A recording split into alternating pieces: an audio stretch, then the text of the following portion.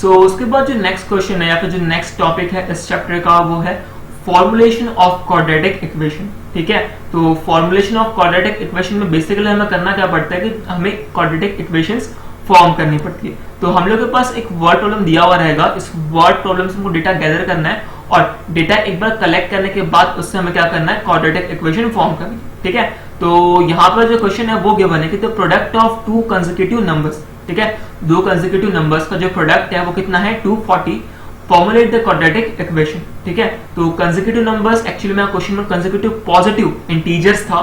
ठीक है, तो हम लोग यहाँ पर पॉजिटिव इंटीजर्स यूज करने हैं और हम लोग जानते हैं जो कंसेक्यूटिव है इसका मतलब क्या होता है कि जो ऐसे नंबर जो एक के बाद एक है, मतलब 1 का जो नेक्स्ट कंसेक्यूटिव रहेगा 2, 2 के बाद 3, 3 के बाद 4, मतलब 3 और 4 क्या हो गया आपके कंसेक्यूटिव नंबर, 5 और 6 क्या हो गया आपके कंसेक्यूटिव नंबर, 7 और 8 क्या हो गया आपके कंसेक्यूटिव नंबर। ठीक है, तो इस टाइप से हमें क्या करना है कि दो पॉजिटिव कंसेक्यूटिव इंटीजर्स का प्रोडक्ट हमें 240 गिवन है, हमें फाइंड करनी है या फिर हमें फॉर्मुलेट करनी है क्वाड्रेटिक इक्वेशन। तो मान लेता मैं कि जो फर्स्ट नंबर है वो है मेरा x। ठीक है, अगर फर्स्ट नंबर x है तो इसके जस्ट जो नेक्स्ट वाला नंबर रहेगा उससे मैं x + 1 लिख सकता हूँ, क्योंकि अगर मेरा फर्स्ट नंबर 4 है तो जो नेक्स्ट नंबर जो रहेगा 5 उसको मैं 4 + 1 लिख सकता हूँ।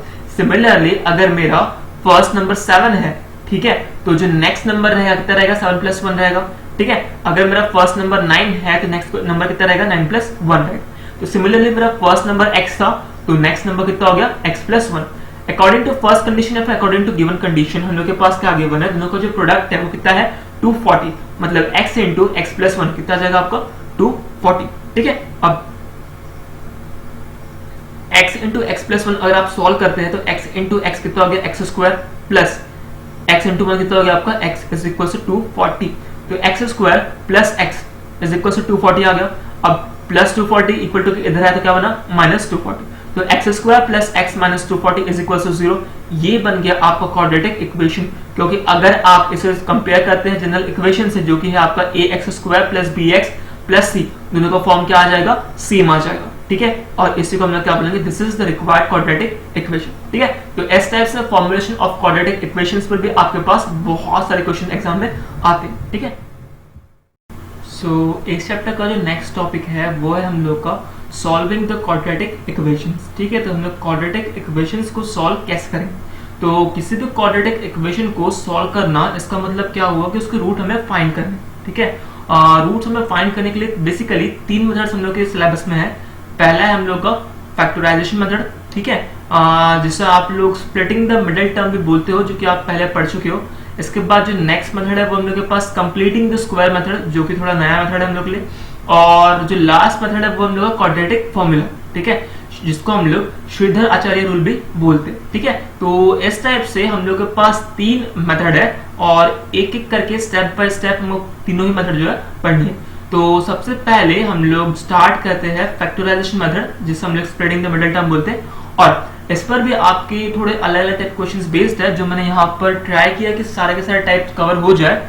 तो उसमें से जो फर्स्ट क्वेश्चन है, ठीक है, तो यहाँ पर हम लोग के पास एक क्वाड्रेटिक इक्वेशन है जिससे मुझे सॉल्व करना है फैक्टराइजेशन या फिर by splitting the method, splitting the middle term इस रूल या इस मेथड से। ठीक है, तो क्वेश्चन है मेरे पास x² प्लस 6x प्लस 5 = 0।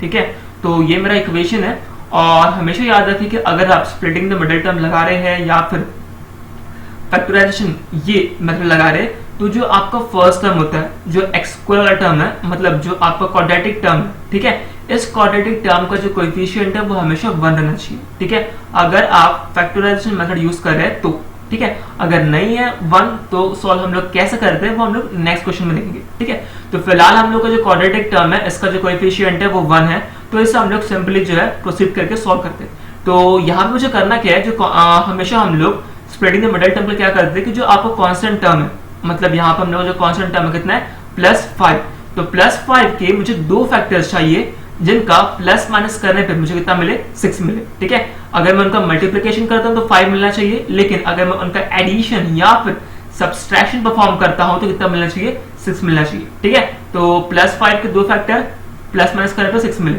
ठीक है, तो 5 1 +5 +1। ठीक है, दोनों का अगर आप मल्टीप्लिकेशन करते हैं, ठीक है, तो आपको कितना मिलेगा +5 मिलेगा, लेकिन अगर आप दोनों का एडिशन परफॉर्म करते हैं, ठीक है, तो कितना मिलेगा 6 मिलेगा। ठीक है, तो प्लस 6 को मैं स्प्लिट करके लिखूंगा 5x प्लस x। ठीक है, तो मैंने सेम किया है x square plus 5x plus x plus 5 last का जैसा का वैसा इक्वल टू 0। ठीक है, तो हम लोग यहाँ पर बेसिकली करके आ रहे हैं जो आपका कांस्टेंट टर्म है इसके हम लोग दो फैक्टर्स निकालते हैं और दो फैक्टर्स निकालने के बाद हम लोग जो मिडिल टर्म है उसको हम लोग स्प्लिट करके ये जो दो फैक्टर्स है इनके फॉर्म में लिख देते हैं। ठीक है, तो अब जो आपका स्टार्टिंग की दो टर्म्स है एक्स स्क्वायर प्लस 5x, ठीक है, इसमें से हम लोग देख सकते हैं कि x कॉमन निकल रहा है, दोनों से मैंने x कॉमन निकाल लिया तो कितना बच गया x प्लस 5।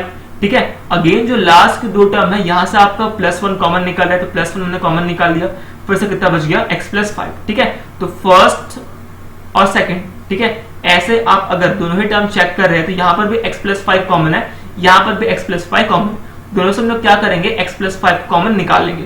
दोनों तरफ से अगर हमने x प्लस 5 को कॉमन निकाला तो अंदर कितना बच जाएगा x प्लस 1। ठीक है, तो x प्लस 5 एक फैक्टर हुआ, x प्लस 1 एक फैक्टर हुआ, इक्वल टू 0 जैसा का वैसा। ठीक है, तो कहने का मतलब ये कि x plus 5 is equal to 0 हो सकता है या फिर x प्लस 1 इक्वल टू 0 भी हो सकता है।